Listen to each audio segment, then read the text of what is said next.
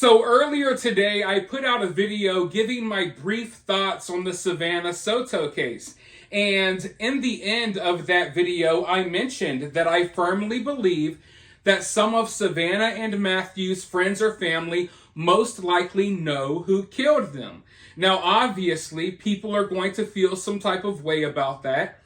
And to be clear, I made it clear in that video. Let me make it clear here. I don't believe that their friends or family did this. I don't think they have anything to do with their death.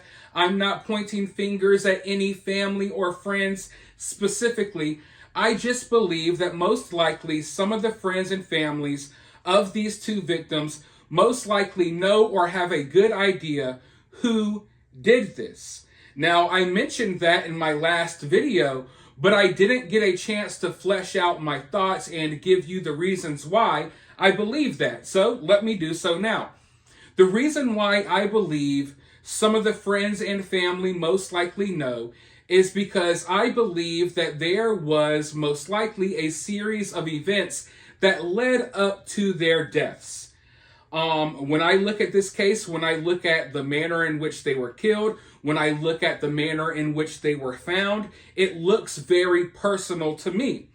And if you look into this story for 5-10 minutes, you will see that there's been a lot of stuff going on with these individuals and with their families, in the not so distant past. We got other murders tied to these people. We got a lot of drama and street beef and stuff going on. So when I looked at this case, and like I said, when I heard how they were killed, when I heard how their bodies were found, I automatically thought that this was personal. I don't think this was some type of spontaneous event. I don't think this was at the wrong place at the wrong time. I don't think there was an evil person out there that decided to kill some strangers. This looks personal. Now, I know there are a lot of theories floating around online, but listen, I don't know Matthew. I don't know how Matthew operates. But I know when you're living that type of life, you have to move a certain way. Okay, when you live that type of life, you have to move a certain way. So I don't know how Matthew was moving in the streets. But I would like to believe that he was most likely comfortable. I feel like he was at least somewhat comfortable because he was with his pregnant baby mother. Like I said, you got to know how to operate. You got to know how to move. So if you think that you're going to do something, if you're going to place yourself in a dangerous situation, if you're going to deal with someone that you got beef with or something like that, you don't take the pregnant baby mama along with you. You go and do that dirt on your own. Now, of course, kids these days are stupid. They don't operate in the same way that, we did when we were growing up. So who knows what was on Matthew's mind? Who knows what they were doing? But I would like to think that he must have felt somewhat comfortable at the very least to have his guard down enough to be doing whatever he was doing with his pregnant baby mother. But hey, who knows? Now, a lot of people think that this is a deal gone wrong or a robbery, but I don't think so. Now, I think there's a big possibility that maybe Matthew and Savanah thought it was a deal, but they winded up getting wrapped up in something very, very personal. You see, when I think of a robbery or a deal gone wrong, and if someone pulls out a gun and starts shooting, I don't think of 2 wounds, both to the head, right? That's more spontaneous. That's more spur of the moment. But we know that Savanah and Matthew were both hit one time in the head. That's more execution style, right? And the main thing that gave it away for me, and a lot of people are confused about this, and a lot of people don't understand, and I get it. When I heard that Matthew was found with his pants down, that right away let me know that this was personal. If it's a random robbery, you're trying to get the stuff and go. You're not even really Usually in most robberies, you're not going in thinking you're going to have to end someone's life. Usually, you're just trying to get the products, the goods, the money, and get out of there. Now, if it goes wrong and something happens, it's not going to be, pow, pow, one hit a piece to the back of the head, right? Or to the head. But when I heard that Matthew's pants were down, I already knew. Oh, this is something deep. There was not just regular street beef here. There was a lot of animosity here. There was something really deep-seated and personal about this. Because you see, this is a tactic that is often used in the streets. It sounds kind of weird, but yeah. Often they'll make you strip butt naked. It's a way to humiliate you, take your manhood away, make you feel like less of a man. Catch you with your pants down. They caught you lacking. They caught you slacking. Make you strip your pants down. So if this is a regular robbery, a deal gone wrong, usually you're not going to sit there, all right, we got the stuff, now take your pants off, let me see your balls. No, that's not how things usually happen, at least not where I'm from. So the fact that his pants were down, they wanted to humiliate him. They wanted to humiliate him. They wanted that last moment his last moments to be humiliating.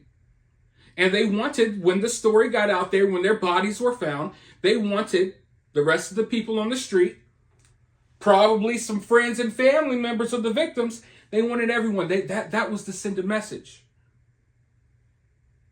And that was to show the other people who were living this street life that, oh man, Matthew went out bad. Matthew went out with his pants down. With his baby mama too.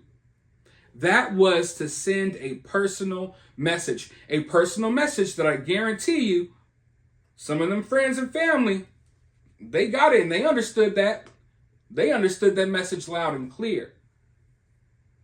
Now, when this story first came out, another thing that immediately made me, I don't want to say threw me off, but it immediately let me know kind of what was going on here. I know the father of Matthew, he was saying that Matthew wasn't answering the phone. Obviously, Savanah was supposed to give birth, and automatically they panicked. They automatically thought the worst had happened. He rushed to Matthew's home and kicked in the door, basically thinking that, Matthew probably got killed. The worst had happened. But he kicked in the door and realized the apartment was fine. Now, most people, your daughter-in-law's expecting a baby and she's late showing up to the hospital. Usually you don't automatically think, oh man, they must have gotten killed. Let me go kick in the door to their apartment. That's a reaction of someone who knows their son is wrapped up in some stuff, right?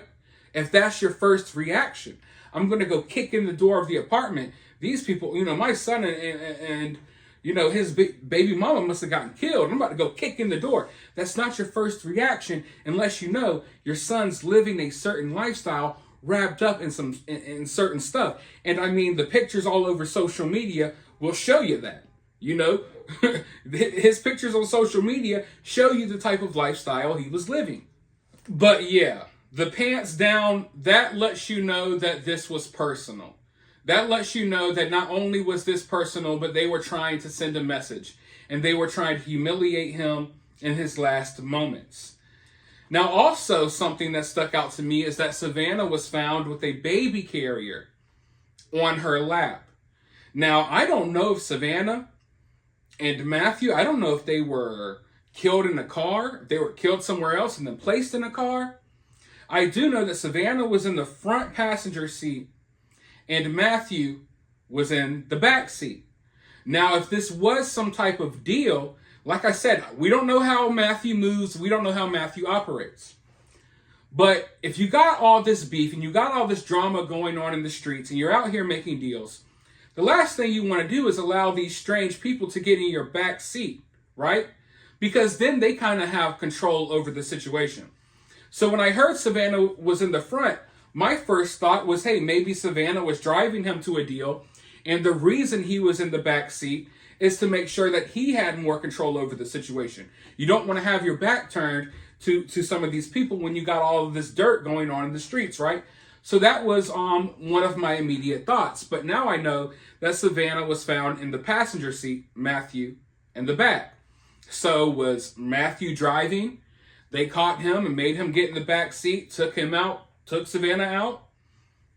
You know, we don't really know if it happened in the car or elsewhere. Maybe some of you all know, I don't know.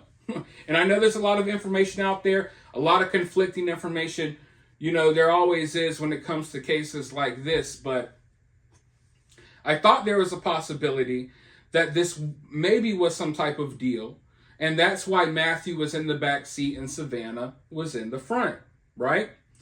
But then you think about, okay, so if that's not the case, because maybe Matthew's stupid, who knows? If that's not the case, why was Matthew's body placed in the back?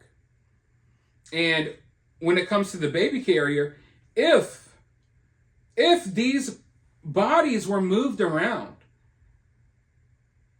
then that baby carrier may be another message, right? That just like Matthew having his pants down in the back seat, Savanah being found with that baby carrier on her lap, that may be another FU, basically, another FU message. It may be symbolic, honestly. Because I just don't know if Matthew was naturally in the back seat, and we don't really know where this happened. That's the confusion here. Because if this happened elsewhere, you know, and they placed her in the seat with the baby carrier, then that shows you that's very personal to me. Also, the timing. I say this so much. You already know what I'm going to say. Always pay attention to the timing of things. I think it's odd that this happened right around the time where she was supposed to give birth. You know? I know I'm going to keep going back to the pants down thing. He was found pants down. She was found baby carrier in her lap. Right here, right before she's expected to give birth.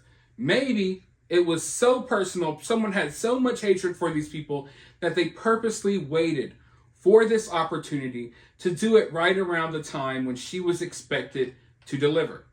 We know now there's a possibility that Matthew's body could have been taken out the front seat and put in the back so they could drive the car elsewhere. But like I was saying, when I first found out that, you know, Savanah was found in the front and Matthew was in the back, I was thinking that maybe it was some type of deal and maybe Savanah was driving and Matthew was in the back handling business. But it still could have been some type of deal, or at least maybe that's what Matthew thought it was, right? Because Matthew could have been driving, they could have let someone get in the back seat thinking it's going to be a quick exchange, and then, hey, you know, you get caught slipping. Like I said, you don't want to have your back turned, you know, when you're in the streets dealing with a lot of drama, beef, and dirt. So they could have caught him slipping, put the tool, let's just say that, to the back of his head, maybe forced him to get in the back seat or whatever, did whatever, and then did whatever they did to Savanah as well. But, you know, there's no scenario in my mind where this isn't something personal. And for something to reach this level, you know, there has to be a series of events to get here. And I believe those series of events are most likely known by some of Savanah and Matthew's friends. You know, even if it's not family, I'm sure that Matthew's friends know who he's beefing with. They have an idea of who he's beefing with. They have an idea of who would do something like this to Matthew. They maybe won't say anything, but, you know, you don't get here for no reason, right? So whatever led them to this moment, I do believe that there's other people who are close to them that probably have knowledge, you know, or at least know some of the details about what led them to this point. I'm not saying they know everything that happened to them. They know, you know, when and where exactly and how it happened to them. But I do believe that friends or family most likely know, you know, some of the events that took place leading up to this happening. And, people who are still going to try to think that this is some type of a random event, that this is just a random deal gone wrong. You obviously you don't know much about how things go down in the streets. And I'm not saying, oh, I'm CinemaShogun, I'm the #1 gangster in town. That's not what I'm saying. But at the same time, I understand a lot of people, they've lived a sheltered life and they don't understand how things go. They don't understand how the streets operate. And it sucks, but this is how they operate, This is how they operate. And if this was some type of deal gone wrong, you wouldn't have seen, Matthew's pants down, for one. And I don't think you would have seen the wounds that are there. The one shot to the head. It's an execution style type of event. Now, I think my only question is, because I believe for 100% fact it's personal, it's obvious it's personal. The only question is this something that was just personal against Matthew? Was Savanah just there? Or was this something personal against Savanah and Matthew was just there?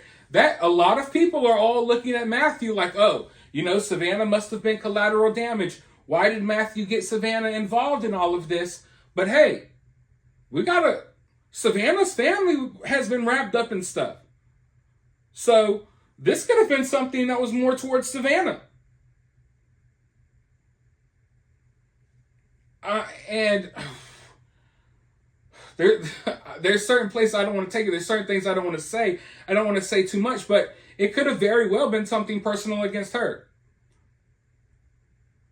But I think the most likely scenario is that it was something personal against them both. I think that's the most likely scenario. I think someone like Matthew, I think that there probably would have been more opportunities to catch Matthew slipping, right, by himself. I think that there may be a reason behind they wanted to catch both of them together. Or maybe they just wanted to add, more salt on the wound. They wanted to make it, they wanted their get back to be as get backy as possible. They wanted the ultimate revenge. Maybe they had that much animosity and hatred in their hearts that's what they wanted. They wanted to take them both. One was not enough.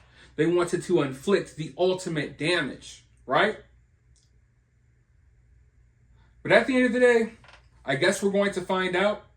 Like I said, if I was investigators, I would be talking to friends and family.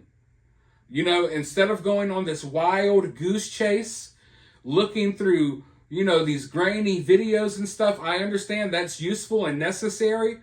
But the first thing you should do is sit down with friends and family, pick their brains, because I guarantee you they know of some of the beefs, some of the drama, and some of the stuff that's been going on with these people in the neighborhood. Like I said in my prior video, the streets talk.